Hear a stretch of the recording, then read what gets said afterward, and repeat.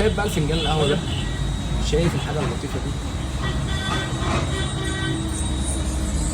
طبعا في فئه كبيره جدا بتحب الوش في القهوه، فبتبقى عايزه دايما الانواع اللي بلا وش قويه.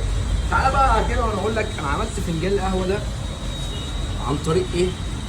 ويتعمل ازاي بنفس الوش ده والقوام ده بدون اي اضافات وبدون ما حد يغشك ويقول لك ان انت لازم عشان تاخد فنجان قهوه بوش او بقوام لازم تحط محسنات والخرم اللي هم بيحطوه.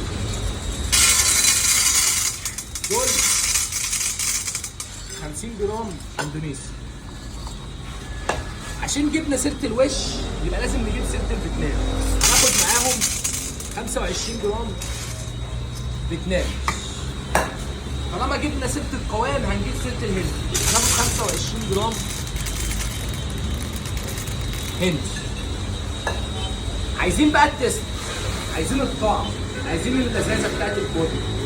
هناخد 25 جرام هند ارابيكا على 25 جرام برازيلي. تمام؟